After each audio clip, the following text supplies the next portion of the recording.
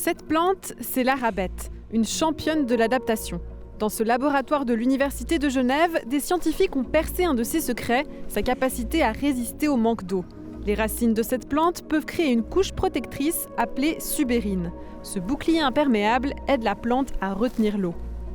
Ça permet à la plante de s'adapter à son environnement en modifiant sa quantité de subérine au niveau des racines.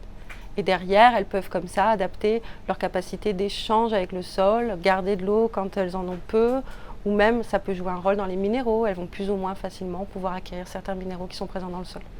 Dans les régions avec beaucoup de sécheresse, les racines produisent plus de subérine et résistent mieux au manque d'eau. Pour parvenir à cette découverte, l'équipe a étudié des centaines de variétés d'arabette. Une plante modèle, elle pousse à l'état naturel partout dans le monde. Ces mécanismes pourraient concerner d'autres espèces. La couleur, c'est qu'il y a eu de la subérine qui était là.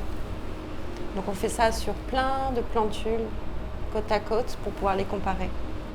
Et la grande nouveauté, c'est la découverte d'un gène spécifique qui contrôle ce mécanisme. C'est lui qui donne l'ordre à la plante de fabriquer ce bouclier, un gène qui a du potentiel. Et ce gène, il est conservé chez d'autres espèces, donc ça serait bien maintenant de voir s'il fait la même chose chez des espèces d'intérêt agronomique, comme par exemple la tomate ou le blé. Et derrière, voir si on pourrait identifier des variations naturelles de gènes qui aussi pourraient aider les plantes à plus ou moins bien s'adapter à leur environnement à travers leur subérine. Donc si on pouvait développer des variétés qui sont mieux adaptées au stress hydrique, à la haute température, évidemment que ce serait d'un intérêt majeur. Cette découverte ouvre donc des pistes pour rendre les cultures plus résistantes face aux défis climatiques.